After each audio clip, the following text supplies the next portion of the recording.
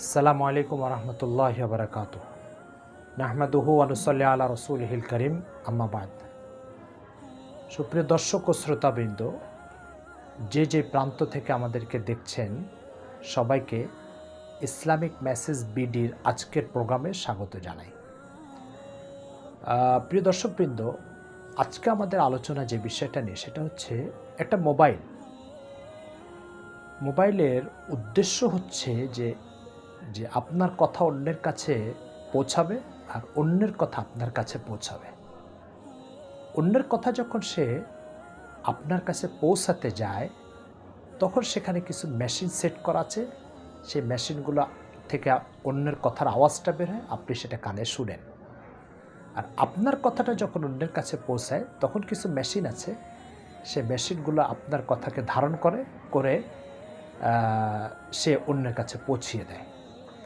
এই যে দুটো কাজ, আপনারটা অন্যের কাছে পৌঁছানো, অন্যটা আপনার কাছে পৌঁছানো, এই দুটো কাজের জন্য আলাদা আলাদাভাবে কিছু পার্টস, কিছু মেশিন ইত্যাদি এখানে সেট করা হয়েছে।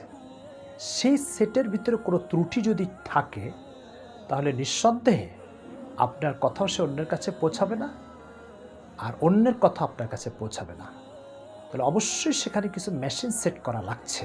সেই মেশিনগুলো সেট করা ছাড়া এই কাঙ্ক্ষিত সুবিধা মোবাইল থেকে আপনি পেতেই পারেন না। যদি বিষয়টা তাই হয় তাহলে আমার আপনার মুখ থেকে জীবনের 60-70 বছর যে আওয়াজটা বের হচ্ছে বা বের করছি আমরা, এটার জন্য কি মুখে কোনো পার্সপাতি সেট করা লাগে নাই? মোবাইলের পার্সপাতি ছাড়া কি মোবাইল থেকে আওয়াজ বের হবে? নিশ্চয় নয়। আর আপনার মুখ থেকে যে আওয়াজ, আমার মুখ থেকে যে আওয়াজটা বের হচ্ছে, এটার জন্য মুখের ভিতরে কোনো পার্সপাতি সেট করা লেগেছে। প্রশ্ন হচ্ছে মোবাইলের পার্সপাতিগুলো তো সেট করেছে স্যামসাং কোম্পানি, এরপরে স্যামফোনি কোম্পানি, তারা সেট করেছে। আমার আপনার মুখে যে পার্সপাতিগুলো সেট করে মুখের থেকে আওয়াজ বের করা লাগছে, সেই পার্টসগুলো কে সেট করেছে? কার কাজ এটা? ইঞ্জিনিয়ারটা কে? আপনি যদি তালাশ করেন, মহান আল্লাহ ছাড়া আর কাউকে আপনি পাবেন না।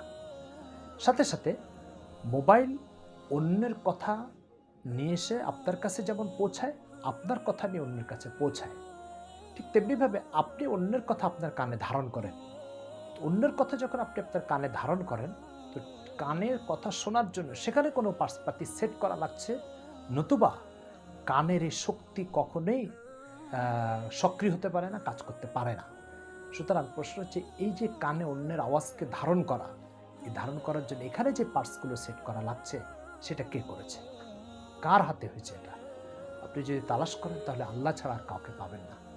এই কথা আল্লাহ তাআলা বলছেন, হুয়াল্লাযী আনশাআকুম ওয়া জাআলা লাকুমুস সামআ ওয়াল আবসারা ওয়াল আফইদা কালিলাম মা তাশকুরুন।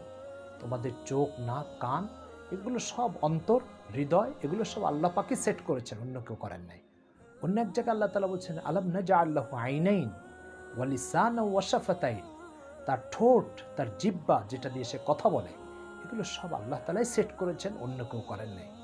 সুতরাং আসুন আমরা সকলে মহান আল্লাহকে স্বীকার করি আর তার এই অবদান ও কৃতিত্ব মেনে নিই, তার সামনে সেজদা অবনত হই আর তার হক আদায়ের জন্য তৎপর হই।